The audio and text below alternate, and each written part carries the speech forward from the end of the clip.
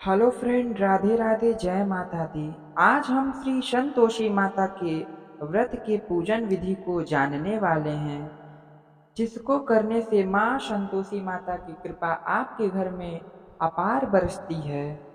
संतोषी माता के व्रत में करने वाले क्या नियम है, माता का व्रत किस प्रकार से करें, यह सभी प्रकार की जानकारी हम इस वीडियो के माध्यम से जानने वाले हैं तथा संतोषी माता की कथा का भी हम श्रवण करने वाले हैं। तो चलिए आइए हम जानते हैं श्री संतोषी माता के व्रत में कौन कौन सी विधि और नियमों का पालन करना चाहिए और संतोषी माता की व्रत कथा किस प्रकार है। तो चलिए सबसे पहले हम संतोषी माता के पूजन विधि को जान लेते हैं। इस व्रत को करने वाला कथा कहते व सुनते समय हाथ में गुड़ व भुने चने रखें। सुनने वाले संतोषी माता की जय, संतोषी माता की जय मुख से बोलते जाएं। कथा समाप्त होने पर हाथ का गुड़ चना गौ माता को खिलावें। कलश में रखा हुआ गुड़ चना सबको प्रसाद के रूप में बांट दें। कथा से पहले कलश को जल से भरें, उसके ऊपर गुड़ चने से भरा कटोरा रखें। कथा समाप्त होने और आरती होने के बाद कलश के जल को घर में सब जगह छिड़कें और बचा हुआ जल तुलसी की क्यारी में डाल देवें। व्रत के उद्यापन में 2.5 सेर खाजा, मोमदार पूड़ी, खीर, चने का शाक नैवेद्य रखें। घी का दीपक जला संतोषी माता की जय जयकार बोल नारियल फोड़ें। इस दिन घर में कोई खटाई न खावे और न आप खाएं व न किसी दूसरे को खाने दे। इस दिन 8 लड़कों को भोजन करावें। देवर, जेठ और घर के कुटुंब के लड़के मिलते हो तो दूसरे को बुलाना नहीं चाहिए। कुटुंब में न मिले तो ब्राह्मण के रिश्तेदारों या पड़ोसियों के लड़के बुलावें। उन्हें खटाई की कोई वस्तु न दें तथा भोजन करा के यथाशक्ति दक्षिणा देवें। संतोषी माता की कथा इस प्रकार है। एक बुढ़िया थी और उसके 7 पुत्र थे। 6 कमाने वाले थे, एक निकम्मा था। बुढ़िया माँ 6 पुत्रों की रसोई बनाती, भोजन कराती और पीछे से जो कुछ बचता तो 7वें को दे देती थी। परंतु वह बड़ा भोला भाला था, मन में कुछ विचार न करता था। एक दिन अपनी बहू से बोला, देखो मेरी माता का मुझ पर कितना प्यार है। वह बोली, क्यों नहीं, सबका जूठा बचा हुआ तुमको खिलाती हैं। वह बोला, भला ऐसा भी कहीं हो सकता है? मैं जब तक आंखों से न देखूं मान नहीं सकता। बहू ने हंसकर कहा, तुम देख लोगे तब तो मानोगे। कुछ दिन बाद बड़ा त्योहार आया। घर में 7 प्रकार के भोजन और चूरमा के लड्डू बने। यह जांचने को सिर दर्द का बहाना कर पतला कपड़ा सिर पर ओढ़कर रसोई घर में सो गया और कपड़े में से सब देखता रहा। 6 भाई भोजन करने आए। उसने देखा माँ ने उनके लिए सुंदर सुंदर आसन बिछाए, 7 प्रकार की रसोई परोसी है। वह आग्रह करके जिमाती है। वह देखता रहा।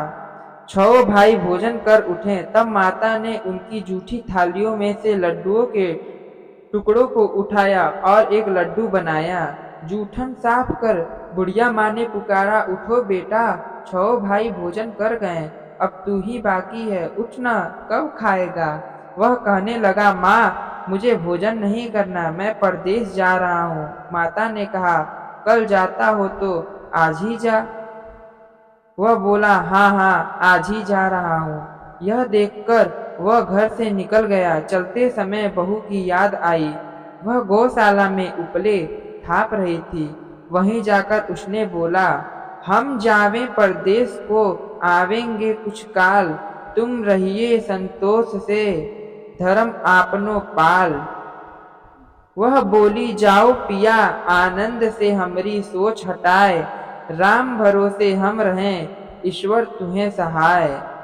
देऊ निशानी आपनी देख धरु मैं धीर, क्षुधि हमरी मति विसारियो रखियो मन गंभीर। वह बोला, मेरे पास तो कुछ नहीं है, यह अंगूठी है सो ले और अपनी कुछ निशानी मुझे दे। वह बोली, मेरे पास क्या है, यह गोबर भरा हाथ है, यह कहकर उसकी पीठ में गोबर के हाथ की थाप मार दी। वह चल दिया। चलते चलते दूर देश में पहुंचा। वहां पर एक साहूकार की दुकान थी। वहां जाकर कहने लगा, भाई मुझे नौकरी पर रख लो। साहूकार को जरूरत थी, बोला रह जा। लड़के ने पूछा, तनख्वाह क्या दोगे? साहूकार ने कहा, काम देखकर दाम मिलेंगे। साहूकार की नौकरी मिली। वह सवेरे 7 बजे से रात तक नौकरी बजाने लगा। कुछ दिनों में दुकान का सारा लेन देन, हिसाब किताब, ग्राहकों को माल बेचना, सारा काम करने लगा। साहूकार के 7-8 नौकर थे। वे सब चक्कर खाने लगे कि यह तो बहुत होशियार बन गया है।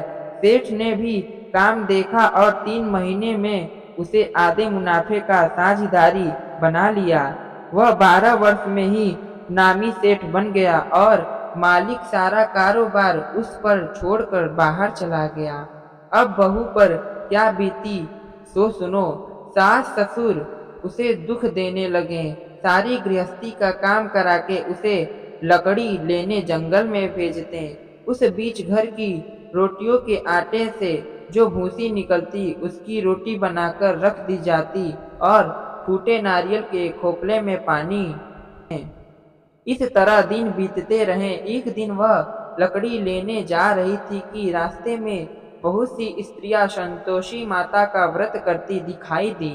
वह वहां खड़ी हो कथा सुन कर बोली, बहनों, यह तुम किस देवता का व्रत करती हो और इसके करने से क्या फल मिलता है? इस व्रत के करने की क्या विधि है? यदि तुम अपने व्रत का विधान मुझे समझाकर कहोगी तो मैं तुम्हारा एहसान मानूंगी। तब तब उनमें से एक स्त्री बोली, सुनो, यह संतोषी माता का व्रत है। इसके करने से निर्धनता, दरिद्रता का नाश होता है और लक्ष्मी आती है। मन की चिंताएं दूर होती है। घर में सुख होने से मन को प्रसन्नता और शांति मिलती है। निह पुत्र को पुत्र मिलता है। प्रीतम बाहर गया हो तो जल्दी आवे। कुंवारी कन्या को मनपसंद वर मिले। राजद्वारे में बहुत दिनों से मुकदमे चलता हो तो खत्म हो जावे। सब तरह सुख शांति हो। घर में धन जमा हो। पैसा जायदाद का लाभ हो। रोग दूर हो जावे तथा और जो कुछ मन में कामना हो वे सब इस संतोषी माता की कृपा से पूरी हो जावे। इसमें संदेह नहीं है। वह पूछने लगी, यह व्रत कैसे किया जावे? यह भी बताओ तो बड़ी कृपा होगी। स्त्री कहने लगी, 1.25 रुपए का गुड़ चना लेना। इच्छा हो तो 5.25 रुपए का ले लेना या 11.25 रुपए का भी सहूलियत अनुसार लेना। बिना परेशानी, श्रद्धा और प्रेम से जितना बन सके शवाया लेना। 1.25 रुपए से 5.25 रुपए से तथा इससे भी ज्यादा शक्ति और भक्ति अनुसार लें। हर शुक्रवार को निराहार रह कथा कहना सुनना, उसके बीच क्रम टूटे नहीं। लगातार नियम पालन करना। सुनने वाला कोई न मिले तो घी का दीपक जला उसके आगे जल के पात्र को रख कथा कहना, परंतु नियम न टूटे। जब तक कार्य सिद्ध न हो नियम पालन करना और कार्य सिद्ध हो जाने पर ही व्रत का उद्यापन करना। 3 मास में नहीं तो 1 वर्ष में माता अवश्य कार्य को सिद्ध करती हैं। कार्य सिद्ध होने पर ही उद्यापन करना चाहिए, बीच में नहीं। उद्यापन में 2.5 सेर आटे का खाजा तथा इसी परिमाण से खीर तथा चने का साग करना। 8 लड़कों को भोजन कराना। जहाँ तक मिले देवर जेठ भाई बंधु कुटुंब के लड़के लेना। न मिले तो रिश्तेदारों और पड़ोसियों के लड़के बुलाना, उन्हें भोजन कराना। यथाशक्ति दक्षिणा दे। माता का नियम पूरा करना। इस दिन घर में कोई खटाई न खावे। यह सुनकर बुढ़िया के लड़के की बहू चल दी। रास्ते में लकड़ी के बोझ को बेच दिया और उन पैसों से गुड़ चना ले माता के व्रत की तैयारी कर आगे चली और सामने मंदिर देख पूछने लगी, यह मंदिर किसका है? सब कहने लगे, संतोषी माता का मंदिर है। यह सुन माता के मंदिर में जा माता के चरणों में लौटने लगी। दिन होकर विनती करने लगी, माँ, मैं निपट मूर्ख हूँ। व्रत के नियम नहीं जानती, मैं बहुत दुखी हूँ।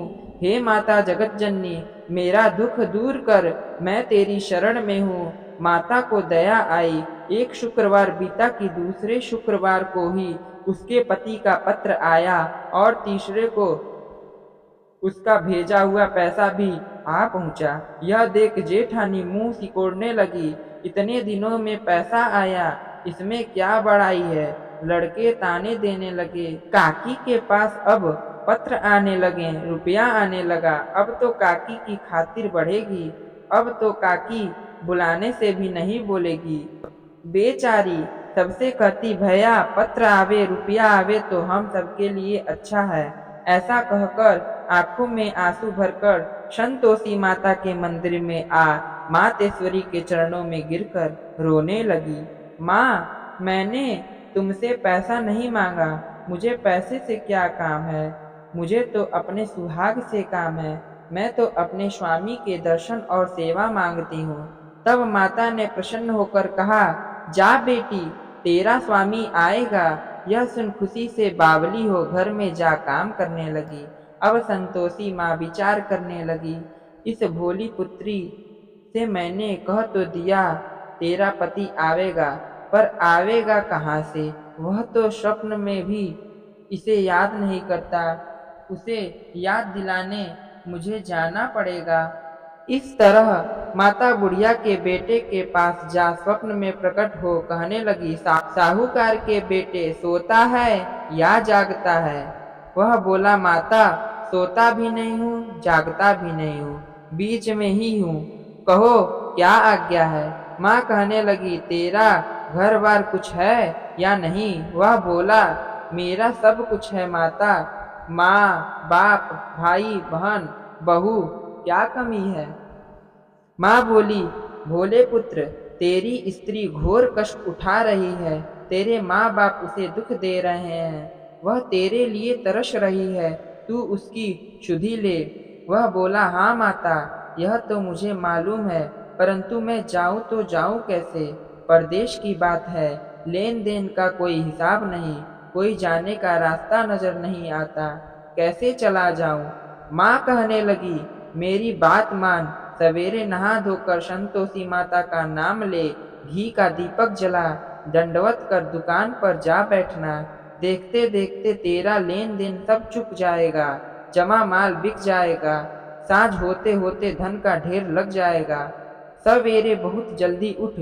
उसने लोगों से अपने सपने की बात कही तो वे सब उसकी बात अनसुनी कर दिल्लगी उड़ाने लगे।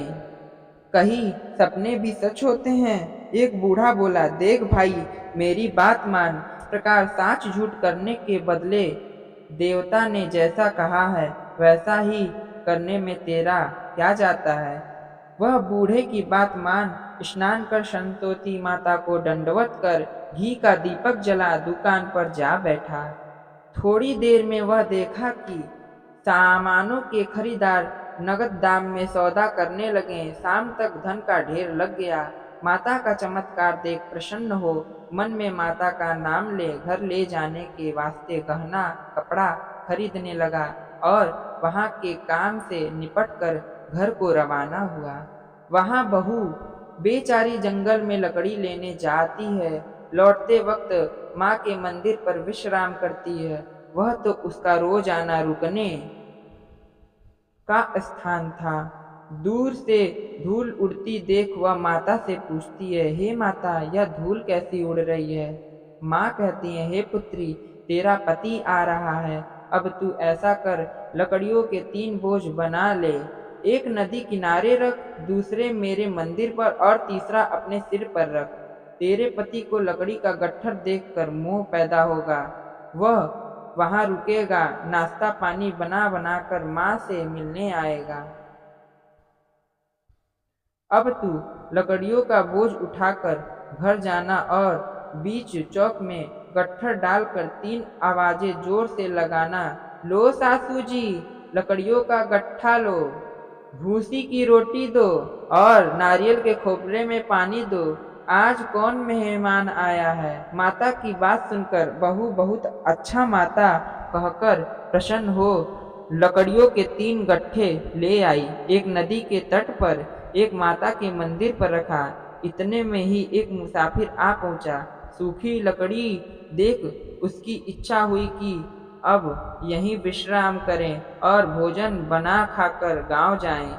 इस प्रकार भोजन बना विश्राम कर वह गांव को गया, सबसे प्रेम से मिला। उसी समय बहू सिर पर लकड़ी का गट्ठा लिए आती है। लकड़ी का भारी बोझ आंगन में डाल जोर से 3 आवाजें देती है। लो सासू जी, लकड़ी का गट्ठा लो, भूसी की रोटी दो, नारियल के खोपले में पानी दो, आज कौन मेहमान आया है। यह सुनकर सास बाहर आ अपने दिए हुए कष्टों को भुलाते हुए कहती है, बहू ऐसा क्यों कहती है, तेरा मालिक ही तो आया है। आ बैठ, मीठा भात खा, भोजन कर, कपड़े गहने पहन। इतने में आवाज सुनकर उसका स्वामी बाहर आता है और अंगूठी देख व्याकुल हो माँ से पूछता है, माँ यह कौन है। माँ कहती है, बेटा यह तेरी बहू है, आज 12 वर्ष हो गए हैं। तू जब से गया है तब से सारे गांव में जानवर की तरह भटकती फिरती है, काम काज घर का कुछ करती नहीं, 4 समय आकर खा जाती है। अब तुझे देखकर भूसी की रोटी और नारियल के खोपले में पानी मांगती है। वह लज्जित हो बोला, ठीक है माँ, मैंने इसे भी देखा है और तुम्हें भी देखा है। अब मुझे दूसरे घर की ताली दो तो उसमें रहूं। माँ बोली, ठीक है बेटा, तेरी जैसी मर्जी, कहकर ताली का गुच्छा पटक दिया। उसने ताली से दूसरे कमरे में जो तीसरी मंजिल के ऊपर था खोलकर सारा सामान जमाया। एक दिन में ही वहां राजा के महल जैसा ठाट बाट बन गया। अब क्या था, वे दोनों सुखपूर्वक रहने लगे। इतने में अगला शुक्रवार आया। बहू ने अपने पति से कहा कि मुझे माता का उद्यापन करना है। पति बोला, बहुत अच्छा, खुशी से करो। वह तुरंत ही उद्यापन की तैयारी करने लगी। जेठ के लड़कों को भोजन के लिए कहने गई। उन्होंने मंजूर किया, परंतु पीछे जेठानी अपने बच्चों को सिखलाती है, देखो रे, भोजन के समय सब लोग खटाई मांगना, जिससे उसका उद्यापन पूरा न हो। लड़के जितने आए खीर पेट भरकर खाई, परंतु याद आते ही कहने लगे, हमें कुछ खटाई दो, खीर खाना हमें भाता नहीं, देखकर अरुचि होती है। बहू कहने लगी, खटाई किसी को नहीं दी जाएगी, यह तो संतोषी माता का प्रसाद है। लड़के तुरंत उठ खड़े हुए, बोले, पैसा लाओ। बोली बहू कुछ जानती नहीं थी, सो उन्हें पैसा दे दिया। लड़के उसी समय जा करके इमली ला खाने लगे। यह देखकर बहू पर संतोषी माता ने कोप किया। राजा के दूत उसके पति को पकड़ ले गए। जेठ जेठानी मन माने खोटे वचन कहने लगे, लूट लूट कर धन इकट्ठा कर लिया था, सो राजा के दूत पकड़ कर ले गए। अब सब मालूम पड़ जाएगा जब जेल की हवा खाएगा। बहू से यह वचन सहन नहीं हुआ, रोती रोती माता के मंदिर में गई। हे माता, तुमने यह क्या किया। हंसा कर अब क्यों रुलाने लगी। माता बोली, पुत्री, तूने उद्यापन करके मेरा व्रत भंग किया है, इतनी जल्दी सब बातें भुला दी। वह कहने लगी, माता, भूली तो नहीं हूँ, न कुछ अपराध किया है, मुझे तो लड़कों ने भूल में डाल दिया, मैंने भूल में उन्हें पैसे दे दिए, मुझे क्षमा कर दो माँ। माँ बोली, ऐसी भी कहीं भूल होती है। वह बोली, माँ मुझे माफ कर दो, मैं फिर तुम्हारा उद्यापन करूंगी। माँ बोली, अब भूल मत करना। वह बोली, अब न होगी। माँ अब बतलाओ वह कैसे आवेंगे। माँ बोली, जा पुत्री, तेरा पति तुझे रास्ते में ही आता मिलेगा। वह घर को चली। राह में पति मिल आता है। उसने पूछा, तुम कहाँ गए थे। तब वह कहने लगा, इतना धन कमाया है, उसका टैक्स राजा ने मांगा था, वह भरने गया था। वह प्रसन्न हो बोली, भला हुआ, अब घर चलो। कुछ दिन बाद फिर शुक्रवार आया। वह बोली, मुझे माता का उद्यापन करना है। पति ने कहा, करो। वह फिर जेठ के लड़कों से भोजन को कहने लगी। जेठानी ने 1-2 बातें सुनाई और लड़कों को सिखा दिया कि तुम पहले ही खटाई मांगना, लड़के कहने लगे, हमें खीर खाना नहीं भाता, जी बिगड़ता है, कुछ खटाई खाने को देना। वह बोली, खटाई खाने को नहीं मिलेगी, आना हो तो आओ। वह ब्राह्मणों के लड़के ला भोजन कराने लगी। यथाशक्ति दक्षिणा की जगह एक एक फल उन्हें दिया। इससे संतोषी माता प्रसन्न हुई। माता की कृपा होते ही 9वें मास उनको चंद्रमा के समान सुंदर पुत्र प्राप्त हुआ। पुत्र को लेकर प्रतिदिन माता जी के मंदिर में जाने लगी। माँ ने सोचा कि यह रोज आती है, आज क्यों न मैं ही इसके घर चलूं, इसका आसरा देखूं तो सही। यह विचार कर माता ने भयानक रूप बनाया। गुड़ और चने से सना मुख, ऊपर सूंड के समान ओठ, उस पर मक्खियां भिन भिना रही थी। दहलीज में पांव रखते ही उसकी सास चिल्लाई, देखो रे, कोई चुड़ैल डाकनी चली आ रही है, लड़को इसे भगाओ, नहीं तो किसी को खा जाएगी। लड़के डरने लगे और चिल्लाकर खिड़की बंद करने लगे। छोटी बहू रोशनदान में से देख रही थी। प्रसन्नता से पगली होकर चिल्लाने लगी, आज मेरी माताजी मेरे घर आई हैं। यह कहकर बच्चे को दूध पिलाने से हटाती है। इतने में सास का क्रोध फूट गया। बोली, राण, इसे देखकर कैसी उतावली हुई है, जो बच्चे को पटक दिया। इतने में माँ के प्रताप से जहाँ देखो वहीं लड़के ही लड़के नजर आने लगे। वह बोली, माँ जी, मैं जिनका व्रत करती हूँ यह वही संतोषी माता है। इतना कह झट से सारे घर के किवाड़ खोल देती है। सबने माता के चरण पकड़ लिए और विनती कर कहने लगी, हे माता, हम मूर्ख हैं, हम अज्ञानी हैं, पापी हैं, तुम्हारे व्रत की विधि हम नहीं जानते हैं। तुम्हारा व्रत भंग कर हमने बहुत बड़ा अपराध किया है। हे माता, आप हमारा अपराध क्षमा करो। इस प्रकार माता प्रसन्न हुई। माता ने उस बहू को जैसा फल दिया वैसा सबको दे, जो पढ़े उसका मनोरथ पूर्ण हो। बोलो संतोषी माता की जय।